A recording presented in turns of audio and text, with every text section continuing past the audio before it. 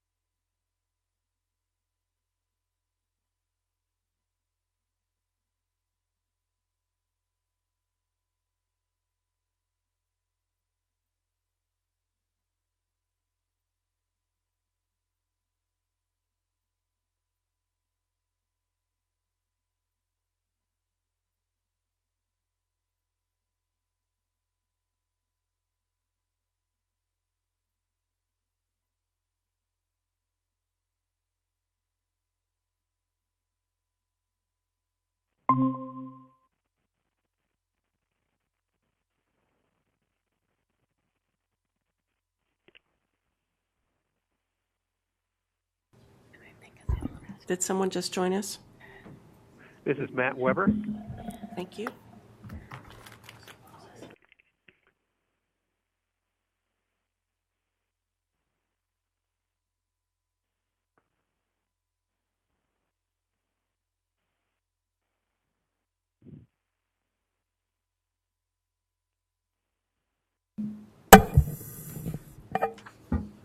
Good morning.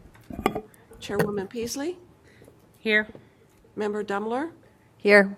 Member Farah, Member Garcia, Here. Member Henderson, Member Horn, Here. Member Kopernick, Member Leidy, Here. Member Spear, Here. Member Thibault, Member Weber. Here. We have a quorum. Thank you very much.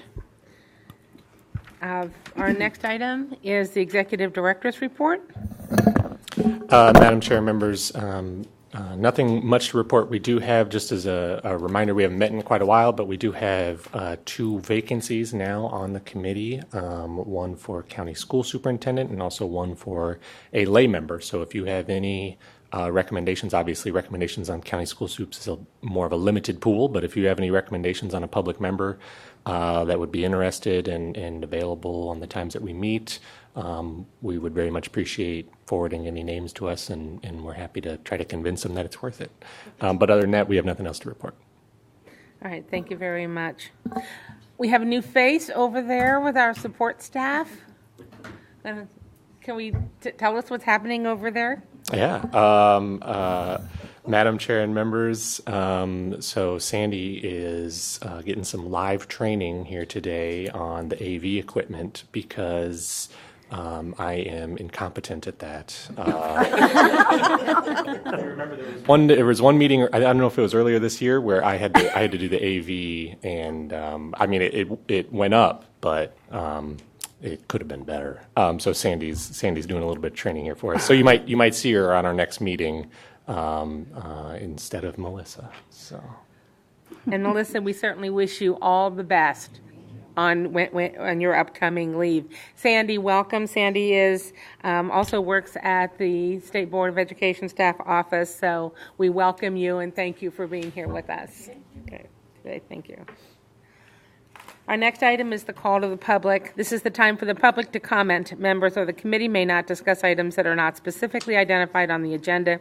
Therefore, pursuant to ARS 38-431.01H, action taken as a result of public comment will be limited to directing staff to study the matter, responding to any criticism, or scheduling the matter for further consideration and decision at a later date.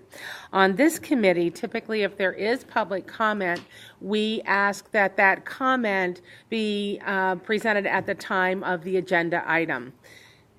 Catcher, do we have any comments from the public? No, Madam Chair, not at this time.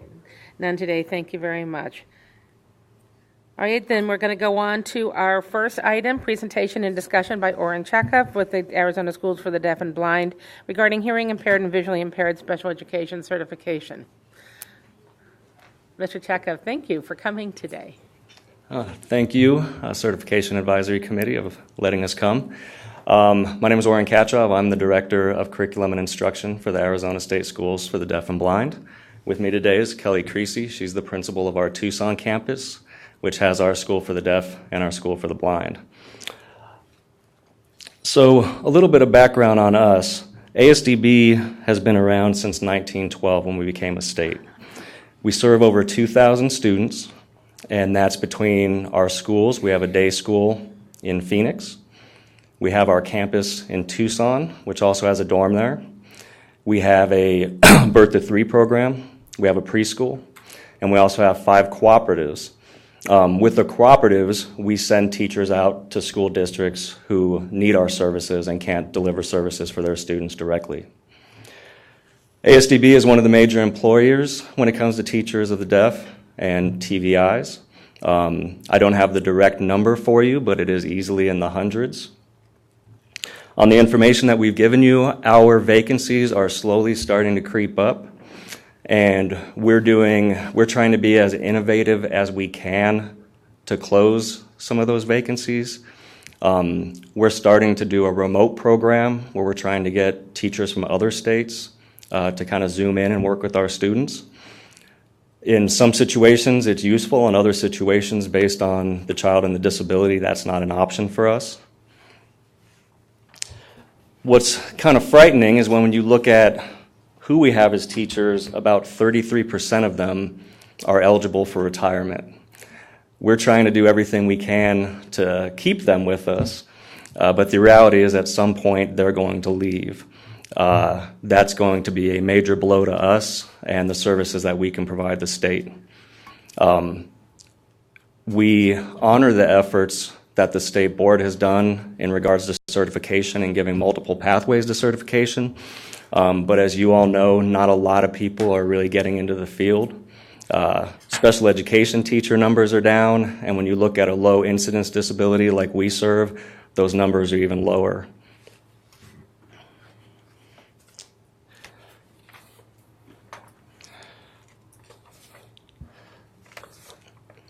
I guess on the second page of our attachment, we gave some numbers from Cornell University, their 2017 disability report, as well as the Arizona Legislative District's DEE summary.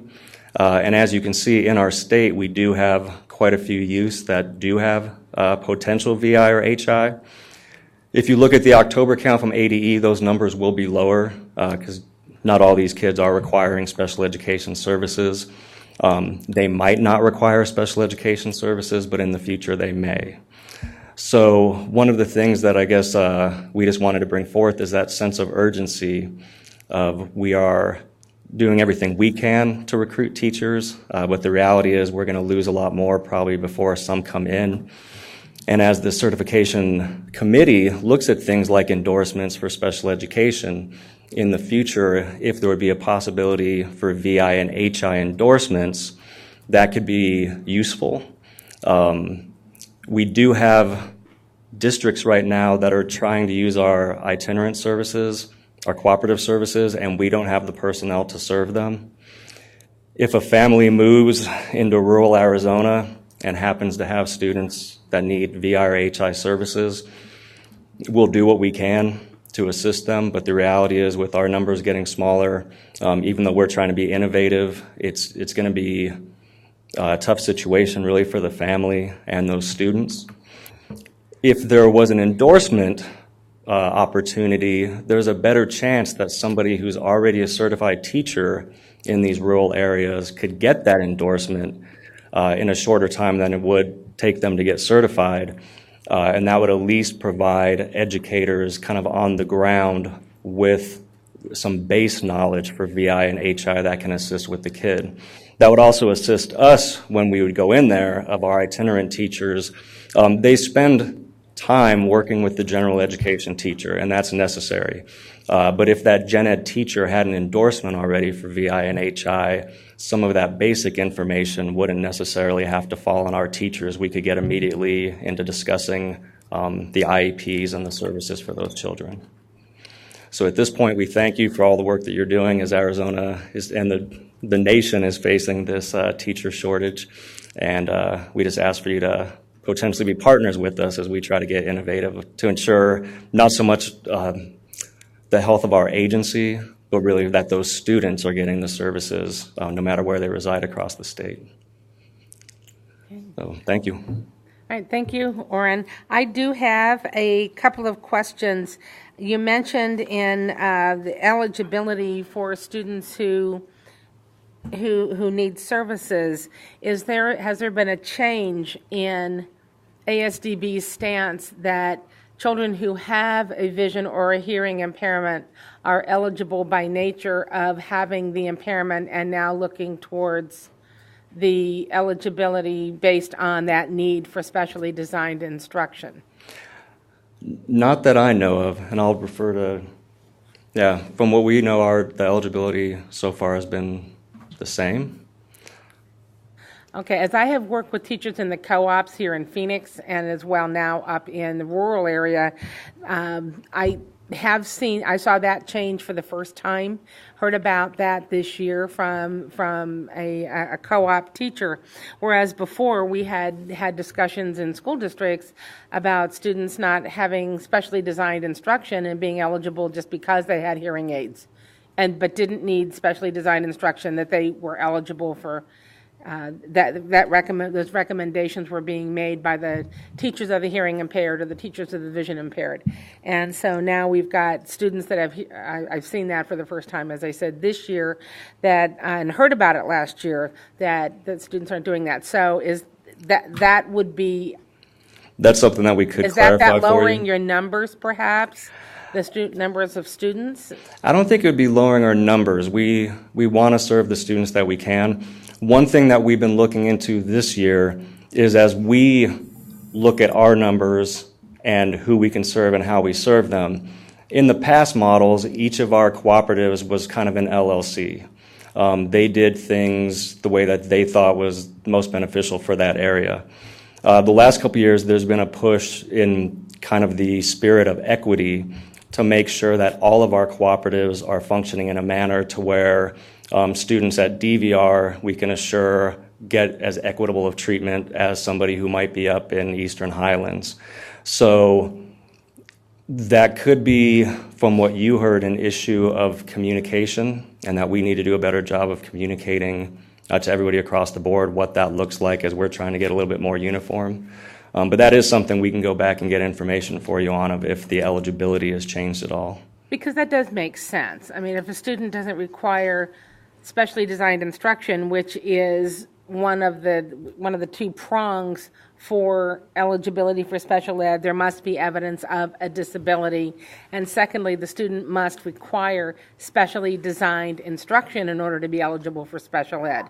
That would certainly be making sense. And so I'm not going to, I'm not putting a position in favor of, just because a student has a disability, boom, they should be in special education. Not at all, not by a long shot. I'm glad to see that change. We just didn't in the field. We didn't have a heads up on that. So that's one thing. Another one is, my other question is, well, we've heard a presentation earlier this year, it was last fall, about a possibility of a program that does provide coursework for teachers within the ASDB system. Has this also gone out? Have there been discussions with the Special Education Advisory Panel, the professional special education? Has this gone out to them for ideas, suggestions, recommendations, looking at doing some problem solving as to what this would look like and what those responsibilities could possibly be with teachers who are endorsed? Have you gone out to the SCA, Special Education Administrators of Arizona, Council for Administrators of Special Ed yet? We have not. If the idea of an endorsement gets traction, then I think getting as many stakeholders as possible in Arizona to be at that table would be crucial, including FBC, the universities, and districts. Right. At this moment, I think it's more of, not putting the horse in front of the cart, of just seeing if it's a possibility to potentially get something like endorsement. If that door is open as a possibility, then I think bringing in additional stakeholders as to what that would look like would be crucial. Having one person from ASDB, kind of dictate that wouldn't be the most transparent or collaborative effort. And I really would suggest giving our horse legs by contacting the special education organizations and getting the directors behind you, getting HR involved, HR professional organization involved, colleges and universities as well, because I think there's a lot more when it comes to serving students with the deaf and the hard of hearing. There's a lot more moving parts than just getting another certified person in there, as we have talked about. There are going to be many more implications for the existing teachers that are special education teachers that are there, and so starting that dialogue, I think, will help. Completely agree. Help get some momentum moving in that area. So those are my questions. Anybody in the panel have any other information? On the phone, anybody have any questions? I definitely like the idea of reaching out to the, special ed directors and their association. I like to have more feedback, especially where this isn't, my area of expertise. I did reach out to a couple of the districts. The problem is that they're all at the state superintendent's conference in Sedona, and so I never got any information back. Thank you. So as a follow-up item, we have no problem reaching out to the different organizations and stakeholders, and maybe after we compile that information, we'll ask to be back on the agenda. That would be great. And as the special education representative on this committee, if you can get information to Catcher, he can get information to me, and I will be more than happy to disseminate that to the professional special education organizations and see what we can do about getting some FaceTime with the organizations so that we can start having some discussions about what the endorsement would look like, what it would feel like, what would be happening in the schools. Then that way we can get some strength. Yeah, that'd be fantastic. Appreciate that. While you're talking about specialized organizations, and I understand that, I also think that we need to reach out to ASA as the Arizona School Administrators Association, because this impacts everyone at the school level. Mm-hmm. So it's not just for visual and hearing, but also as our discussions continue this morning. Thank you. Thank you for that addition, Member Horn. Okay, thank you. Are any other questions? Thanks so much for coming today. Yep. We appreciate We appreciate that. your time. Thank you. Thank you. Okay, then we're ready to go on to agenda item number 4, presentation, discussion, and possible action to recommend opening proposed rule R72615.01, special education endorsements. Madam Chair and members, I'm going to pass it over to Bruce at the department here, but I just want to make a quick distinction that what we just heard a presentation on is different than what Bruce is going to be talking about here today. I think ASDB was considering a special education endorsement as the pathway to maybe a solution to some of their issues after having seen this. I think initially, and I should have probably kicked this off, ASDB wanted to sort of present and make sure the committee was aware of the issue and sort of light a fire under us to get us thinking about it. And this work was being done on a separate track. It just happened to line up nicely. So with that, I'll pass it over to Bruce. Madam Chair, members, we're proposing this item and asking for feedback as well. This idea was to allow another pathway, and so that the issue that we identified was if a classroom teacher with an elementary certificate or a secondary certificate would decide that they had the calling and would like to serve special education populations. Under current rule, basically, they need to go and get into a special education program, which should include student teaching. And so oftentimes, the feeling is that they need to leave their teaching, they need to stop teaching, and they need to go do another program. And that would be a barrier to trying to add and get another credential to serve special education students. So the idea is around endorsements, which are add-ons to a credential, and show areas of specialization as well as content knowledge. And so the idea we bounced around with the ESS department here at the Department of Ed, and I know there's a couple members here in the audience that are willing to speak on this as well if needed. But the idea is to propose an endorsement that would allow a faster on-ramp, maybe more cost-effective on-ramp, to allow an already trained practicing educator to obtain the necessary training to be able to serve those populations. And so what's in front of you is a mild moderate version of that and a moderate to severe version of that with some different training, coursework that needs to be required. It also varies by the endorsement area, the number of credit hours. And the question that was posed when we were brainstorming this idea and trying to draft the rule around this was, if you have a teacher that has been teaching for at least 3 years, so they have a standard professional, they're a trained educator and an experienced educator, what is critical for them and necessary for them to be able to add this endorsement and go in and serve those populations? And so that was the idea behind this. To be honest with you, we started this work in May, and then the summer rush happened. And so we kind of got back at this here in August. Due to the nature of timelines, I don't know that we were able to survey the field. I'm not sure that a random survey would have come out and been as productive either, but I think it's, I appreciate the conversation around this and look forward to the feedback and the conversation. Okay, thank you very much. I think before we get much farther, and I forget, I believe congratulations are in order. You have a new position. Thank you. So, would you tell us? Sure. Thank you. So Keith Snyder is not sitting at the table. He's still at the department. He is now over the Title I, Title II, like a lot of title in his title. And so I was moved into the position of Deputy Associate Superintendent and over educator preparation program approval, certification. I now have the investigative unit underneath me as well, and the superintendent's vision is to add some positions focused on recruitment and retention.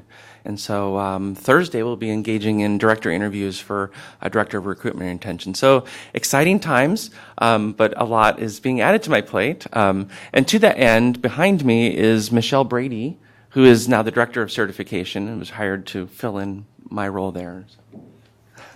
Well, welcome, Michelle. Glad to have you here. Nice to meet you. And we'll all get to be good friends through this committee.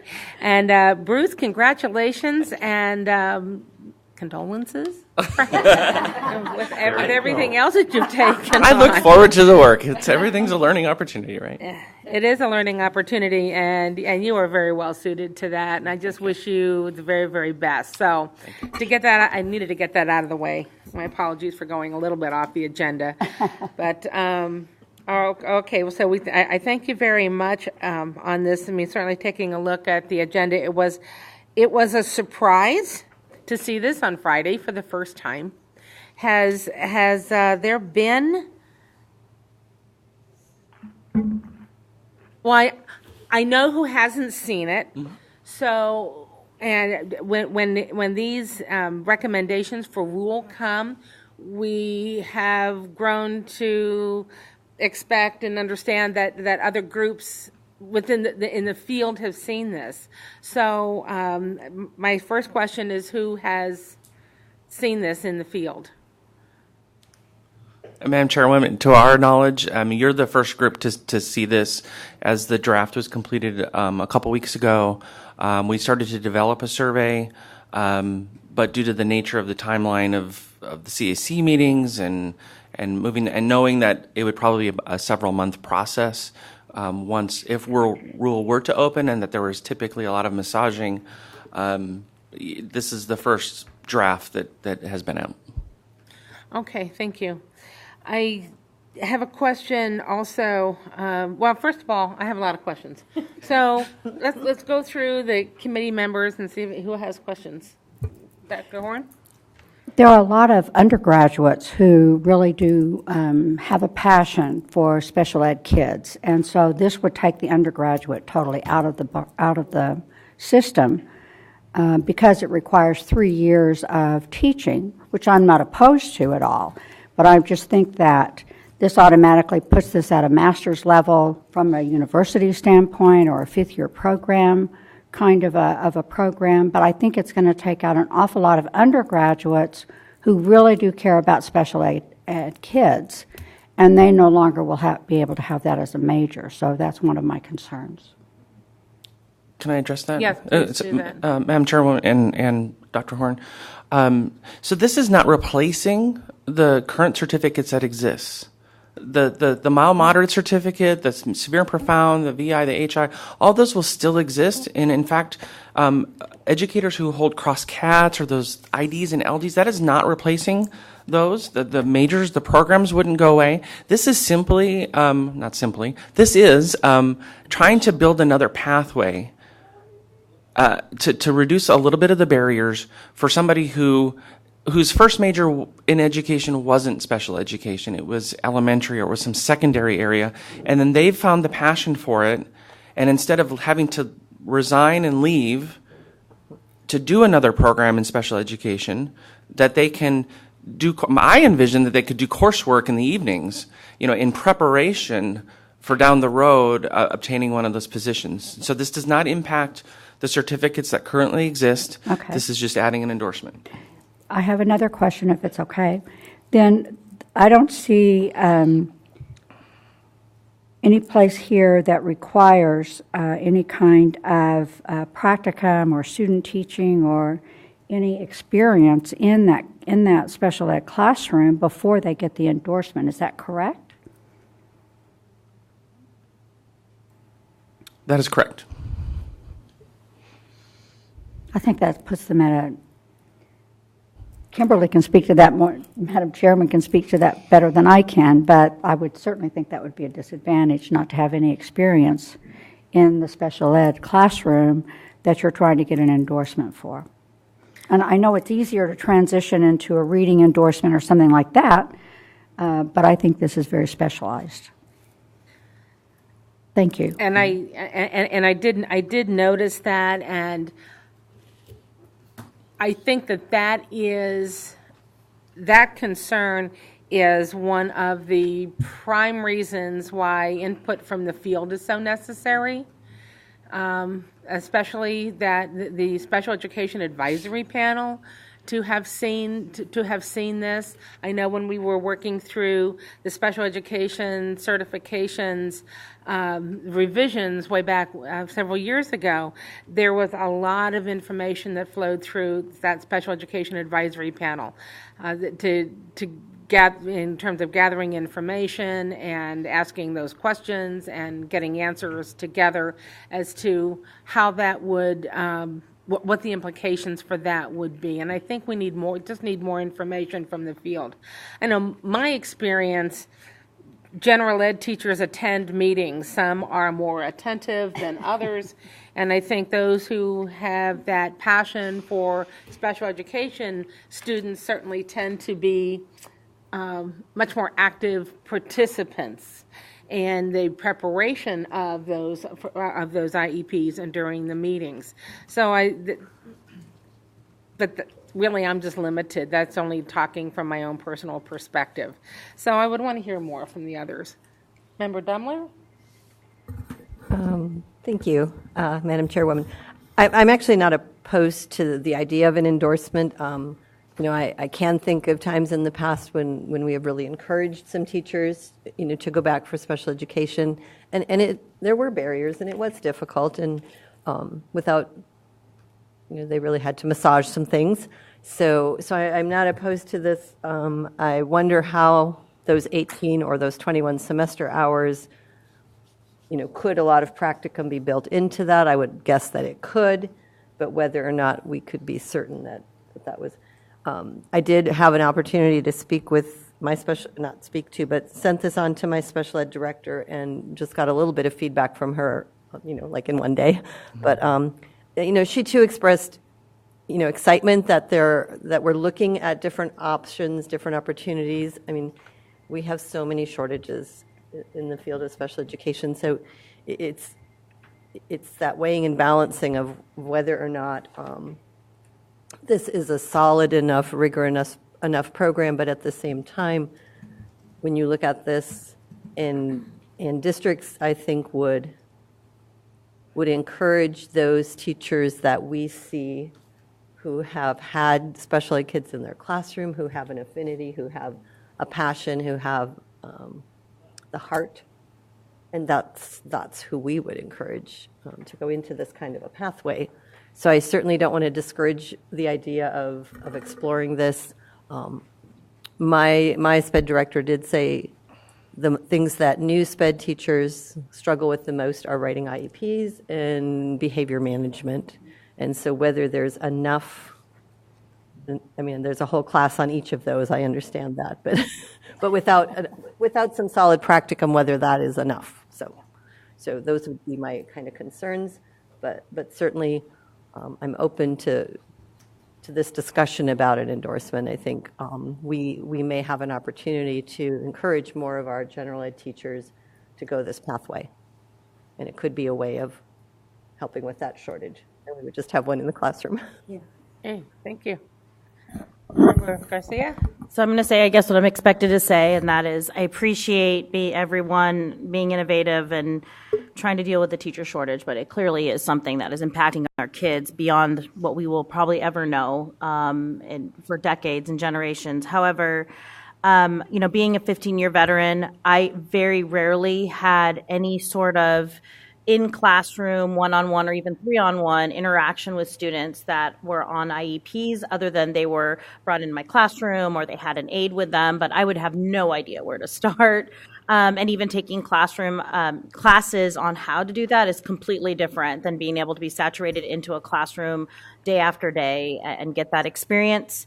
And I too want to do everything we can to try to open up ways for people to get in specifically into these classrooms, because these students have such special needs and need qualified folks. And I guess that's where I'd really like to focus in on, is making sure we have quality educators, not just quantity educators. So there is a shortage across this state in the thousands every year. And these particular children, I think, deserve to have us make sure that this is done properly so that they can get the attention they need. So I agree with the practicum. I know that for me, as a second career educator, it was the most interesting space, thinking I could do it coming from a daughter of an educator. I can do that. And the first 2 weeks in, I thought, what am I doing? But I stayed 15 years because I had a great program that really made sure that I had space to do the interactions with the students and have time to really reflect on my own learning. So I appreciate the state bringing this, the certification unit bringing this idea, but I too think that we need to be very careful by lowering standards for these children. Thank you. Member Lighting? I also appreciate the idea and the thought of how we can get more people in the special education classrooms who have some knowledge, more knowledge than people who are there now. Because I know that there's a lot of people in those classrooms right now who are not doing a good job, unfortunately. And as a former special education teacher, I have a really real heart for that. But I also think there is something we can do in place of the student teaching. My last few years, I was an inclusion teacher. So I was working hand in hand with a general education classroom teacher, and we did a lot of co-teaching and share teaching, and you could easily make that a student teaching experience where you're both still working, you're both still doing your job, but you're giving them that opportunity. And the difference would be, they would be doing more of the writing of the IEPs, and I feel like there are several people that I have worked with that would be excellent special education teachers. I mean, they've always had a heart. They've invited those students in their classrooms, and then when we were able to teach, co-teach together, it was really a beautiful time to do it. So I feel like that might be a way to help them stay in their jobs and get the training that they need, just kind of a little bit of a transition of roles, along those lines. That might be a way we can look at that. So, I really want to get some people in those classrooms that know what they're doing and that have a heart for kids and really want to make a difference. And I think that there are people out there who have been stopped by the education system because they can't quit working.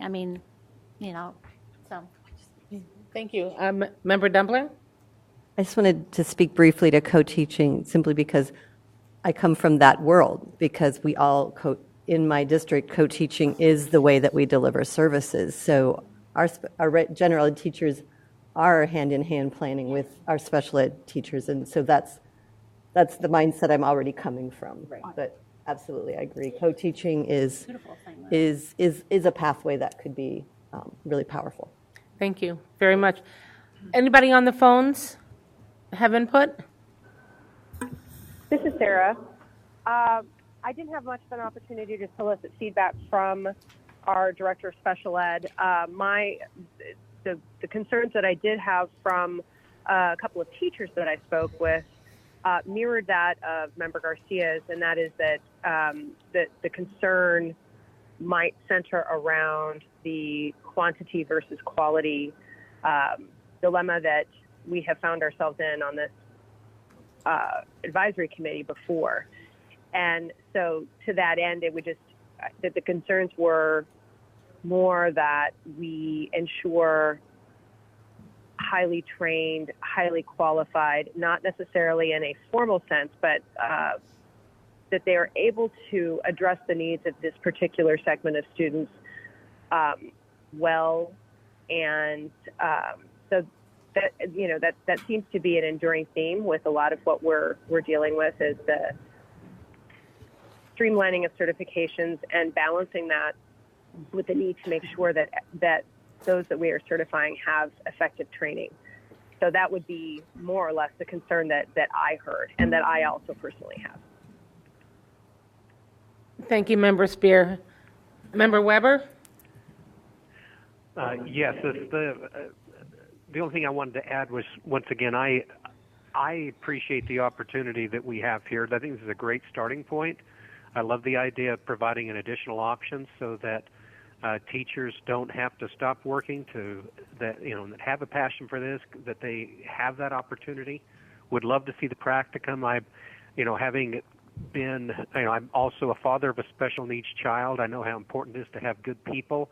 I also recognize the shortages we have, particularly here in rural northeastern Arizona, and it's a revolving door in terms of keeping good special ed employees in place. So I love the direction we're taking, but definitely want to see opportunities for meaningful practicum.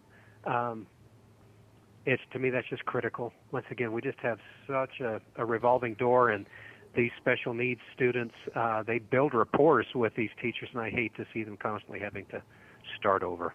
Mm-hmm. Mm-hmm. Thank you, Member Weber. Member Horn? If we decide to go forward with this, which sounds like that's a possibility, one of the things that would be helpful is to have a side-by-side chart of some kind. So what is required for the current certification certificate versus this endorsement? And it would be an easy read, an easy comparison. I mean, I know I could do that on my own, but I think Bruce could do it much better than I could. Probably already done it. Thank you, Madam Chairman. So, thank you very much, Member Horn. I have, I think keeping along with that idea, this endorsement could go on top. Are there any restrictions as to what kind of a certificate it will go on? Bruce?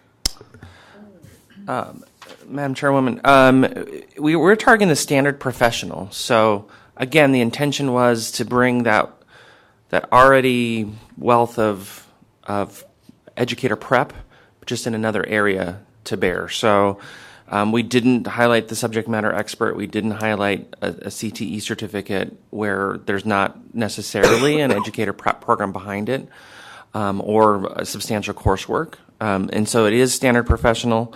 The one we did leave off that we would, we believe should be considered as well, were obviously you could add it then on if you had a mild moderate, and you didn't for some reason qualify under the full moderate to severe, you could pursue the endorsement to do that as well. But we didn't add the visually impaired and hearing impaired, and we think that we might want to include those as well. So as we get feedback, I think we need to ask whether those certificates would be eligible for this endorsement as well.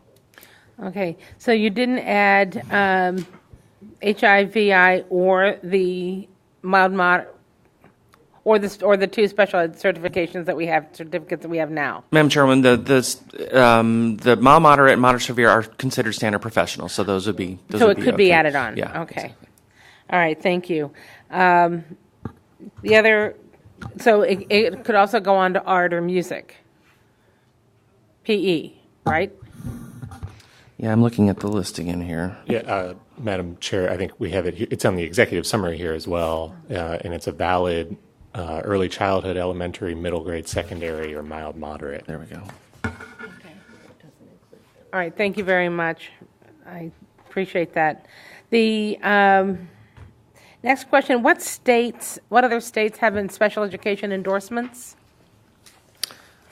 Madam Chairwoman, at a kind of doing a quick dive and web search, we've identified 13 states have an endorsement pathway.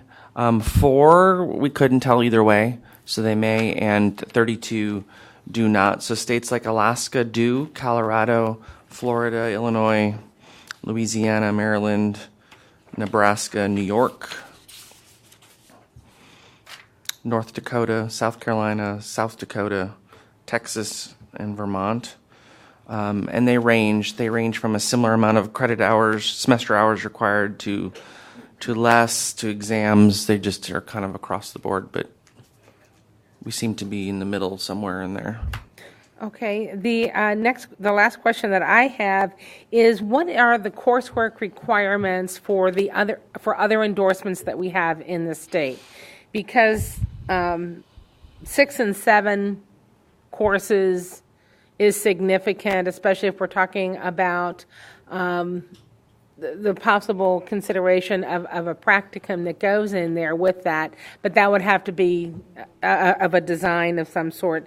So could you tell us, can you give us some information about that, or do you want a few minutes? I'd have to start looking them up. They really just vary and depend on the age of the endorsement.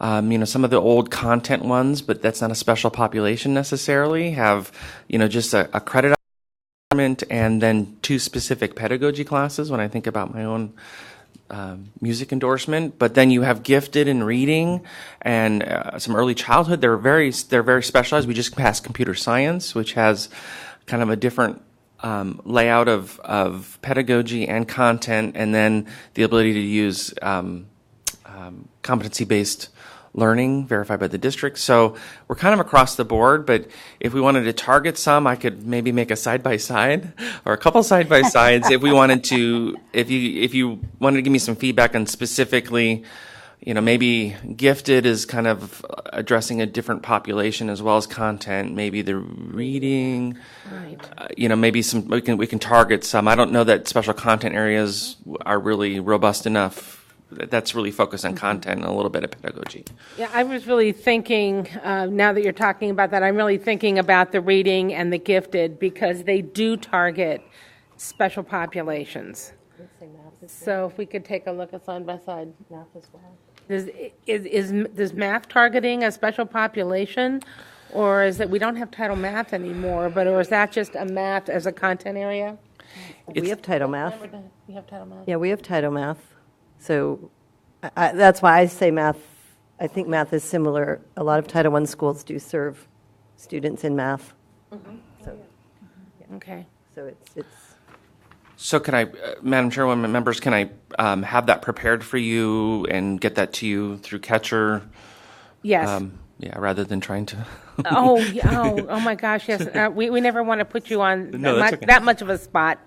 I don't know, put you on a spot at all. I try to be good, but I don't know. You're very good. You're very good and so very well prepared all the time for us, Bruce. But yes, I think that's just some of the additional information that the committee would like to see. We have a lot of information here. I think some information needs to be gathered about what kind of discussion, was there discussion about a practicum, what the feeling is from the field about that. Right now, the field is dealing with a fairly large number of new teachers coming through alternative pathways. And so that's a significant burden. So are we going to, what can we do to, that we need to hear from the field as to what their thoughts are on that. And Madam Chairwoman, and maybe, I don't know how I can get data on this, but I think arguably in some areas, not even new teachers. And we don't issue emergency credentials for special education, so there may be kind of, we're going to emergency certify you over here or take another type of certificate, and I'm putting a body in the room. Right. And so they're having to deal with that as well. And so, yeah. So, Madam Chair and members, just to, I think, Madam Chair, I think you were starting to do this, but just to kick off what Bruce had talked about, this is kind of good feedback that was provided. They've already been working a lot of this internally. This is kind of the first step, and then, I think there was sort of an expectation going in. This would probably be a process on this one, as it sometimes happens with this committee. We kind of bounce it back and forth.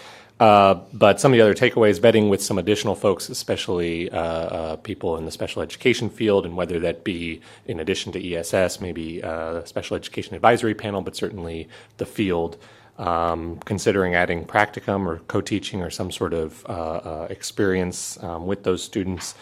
We heard both in some of the initial comments that we got over the weekend, in addition to here, some concerns about these folks not having any coursework or experience with writing EEPs or behavior management. That was backed up in some of the comments we received.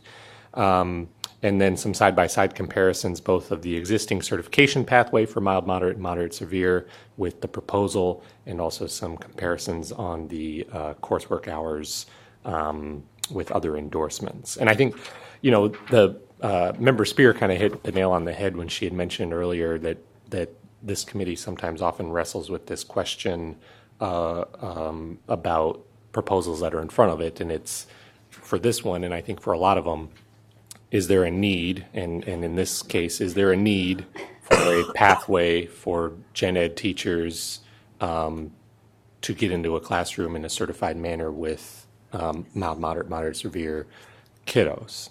And if there is a need, then what should be the qualifications? And that's kind of what this committee has to wrestle with every time we meet, and then also get some supplementary help from our partner at both the department and other agencies and in the field. It sounds like, if I may be so bold, it sounds like the committee agrees that there is a need. It's just trying to land on the sticky part of what should the semester hours be, what should the passing score in the assessment be, if at all, and should there be practicum added. Okay, so I see nodding heads, so I'm going to take that as Yes. okay. So if that's the case, then, Madam Chair, I would recommend that we sort of table this for now, and Bruce and I go back and try to work on some of those things, and maybe I can try to kick in so Bruce isn't doing all of it, and try to help out. And then we bring it back. We next meet on November 5th, and so maybe we can bring it back then. That'll probably give us some time. I don't know, Madam Chair, having had experience, I don't know when CAP meets next. Having had experience asking CAP for feedback on rules before, it can take a while. So I can't promise that we'll have that direct feedback from that panel in their public meeting, but we will try to get some feedback either informally or otherwise in the meantime. I understand that, having served on CAP for a number of years in a past life, but at least to have had that discussion, and that's information that ESS could bring back to the certification advisory panel. What were some questions that were raised? What was the general feeling? It's not necessarily getting a position back from CAP. It's just having that discussion with them to talk about it, and then what were their questions. So the other part is that I also saw that it has that the endorsement would follow the base certificate. So a high school teacher could not, with this endorsement, could not teach elementary. I just want to be sure I'm reading this correctly. And an elementary teacher then could not work with secondary students. Madam Chairwoman, correct. That's the way that it was designed at this point. And I think that's another area that requires more feedback, because that is severely going to impact rural Arizona, who some schools only have one or two special education teachers. We have charter schools, small charters also. I don't want to leave them out of the discussion necessarily either, that have needs. So I'd like there to be some more discussion on that particular aspect of the endorsement, because I think when we're talking about sending this up to the state board, we have not forwarded on information for certificates and endorsements to the state board for them to do all this vetting. You know, we work so hard at this committee level to do the vetting here and have all these questions answered, so that when the package goes up to the state board, they're not having to do a lot of investigation, that we already have this for them. So, I mean, certainly this is timely, and I would really like to see this come to a full conclusion by the end of the school, no later than the end of the school year, and much sooner if at all possible, if we can get the information. As I said in the earlier presentation, get the information to Catcher, and I will absolutely be taking this back to the professional organizations and for consideration at their meetings, and gather the information what I can. And Madam Chair, members, if I may also, as you do ask, your folks or solicit more feedback now that we have more time. Certainly look at the proposed rule as is, but also, maybe ask them to think a little more broadly and not get hung up so much on the number of 18 or 21, because as we get feedback, maybe those numbers change, maybe they go down, maybe they go up, whatever it may be. And so, I don't want folks to get caught up on the number as much as, although that may be important to feedback, but just get them thinking about some of the things that the committee brought up here today, which I think were good. We didn't really get bogged down in the number. It was more of broad feedback, which was really helpful. So, right, and certainly I hope ESS is present and comes to that as well. And I'll also take this back to ASA as a member of ASA. Are there any other comments or questions? I think we've got a good plan then. Mm-hmm. Thank you, Catcher, for that great summary, and Bruce, thank you for always being so gracious and you are well prepared. But you haven't passed the mind reading class. That's right. I guess we must have been in it together. I didn't pass it either. I'm forward thinking. Thank you for being forward thinking too. Thank you. Yes, thank you. If we're ready, then we'll go on to item number 5, presentation, discussion, and possible action to recommend. Oh, hold on a second. I do want to back up before we do that. Anya Rispoli is joining us here today from ESS. And Anya, do you have any information to share with us on this issue? The one you just covered. Yeah, the one. Yeah, on the special education. I'm backing up to item number 4. Yes. Good morning, Madam Chairman and others. Thank you. So all of the concerns you guys have discussed, we actually discussed during our meetings. The practicum piece, we figured with the 3 years of teaching, that would obviously not replace a practicum, but the whole point of this is being able to keep these teachers in their jobs without having to quit and do a practicum, because a practicum is either in 6 weeks, 8 weeks, or 12 weeks, depending on what type of program you're going through. And so the point was to be able to keep these teachers in their jobs currently. They have special education students in their classroom. I mean, there's no way that they don't, because inclusion is so popular. And it's something that, these are teachers who are dealing with students who are on IEPs every day already. The other piece of it was all of these classes can be obtained through either Select, through community colleges. It's a very low-cost way for a teacher to add to their ability to be able to teach in a different population than they originally went to school for. So that was something that we wanted to make sure was available to them at a low cost, because, you know, there are all sorts of programs that can help teachers get from, you know, one step to another, but they all involve master's degrees, and not everybody wants to go back and obtain additional schooling to that extent. So what we did, and when you're asking for, what we actually did was we took the certification for mild, moderate, and for moderate, severe, and we took the classes that were listed on the original certificate, and that's where this list of classes came from. It came from what somebody who's coming out of a brand new program would have to be able to demonstrate in order to get certified. So we took those core classes and then we added the professional knowledge piece. And that's where this recommendation came from, essentially. That's how it was built. Okay, thank you. Member Dumler? Something you said sparked a thought for me, which was making an assumption that teachers with 3 years of teaching will have had special education students in their class, because I don't think that's necessarily the case. But there is something like that in the gifted endorsement, isn't there, Bruce, where it would include has to have had special education students in their classroom for those 3 years? Isn't there a similar phrase that could be included in this? Madam Chairwoman, Member Dumler, yes, there is, and the district verifies that. The LEA verifies that for us. So that could be language that we might want to add here, because I don't want to assume that is the case. For example, in our elementary schools, we cluster our special education teachers for the purpose of co-teaching, so not every general ed classroom teacher will have special education students. Okay. So, The other piece is, is this endorsement able to be issued with deficiencies, or does all of the coursework have to be met?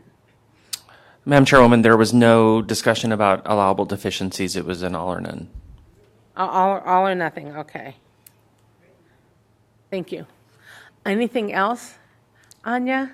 No, thank you for your time. We're very excited about this prospect, and you know, I'm excited to see what we hear back from the field about this and how it'll impact them in a positive way, and what we need to do to make it perfect for them. And I apologize for my informality. Anya, I know you, you know me. But could you introduce yourself and your position for the committee? Yes, and I apologize because I'm not familiar with all of the protocol, so I apologize.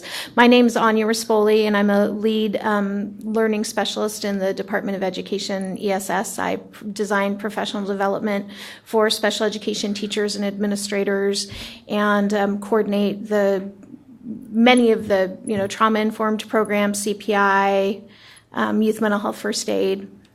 So, okay, thank you very much. All right, thank you so much.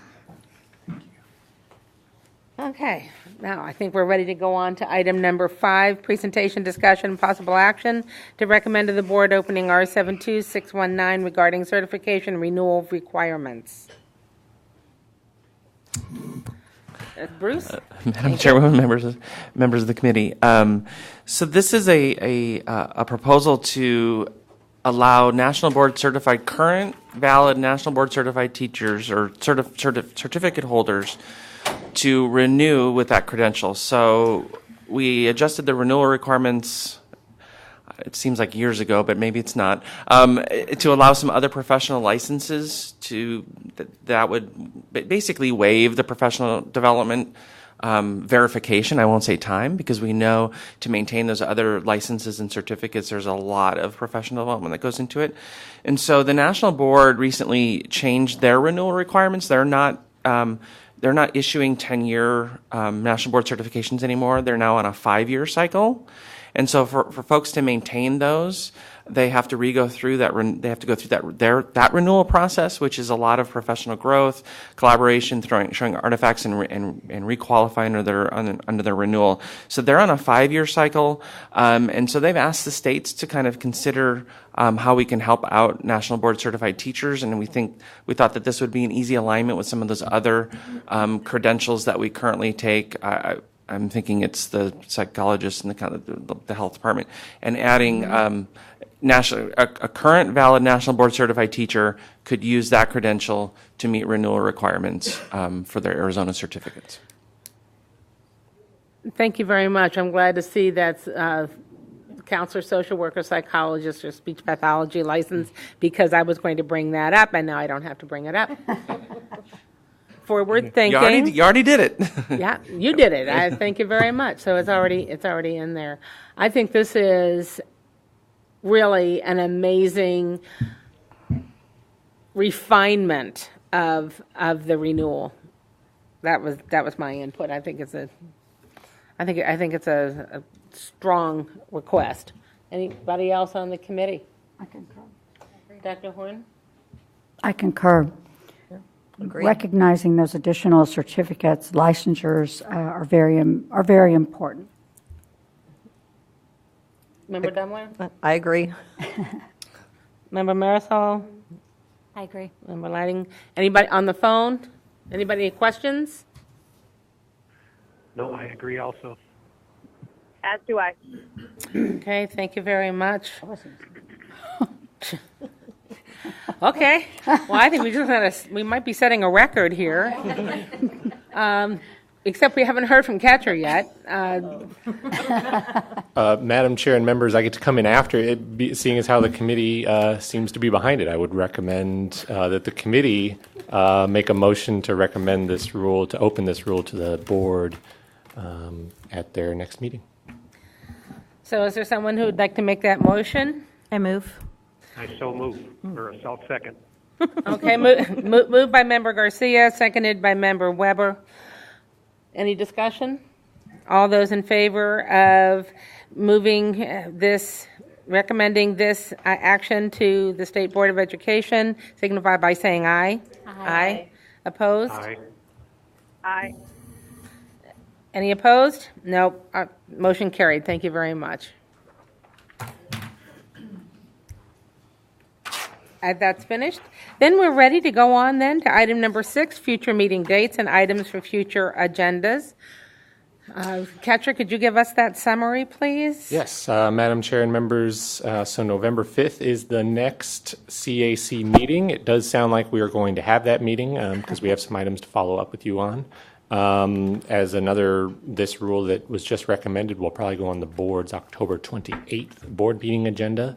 And of course, we'll keep you updated on how that goes through the process at the board. So following the November 5th meeting, we're probably also going to start pulling together dates for the next calendar year.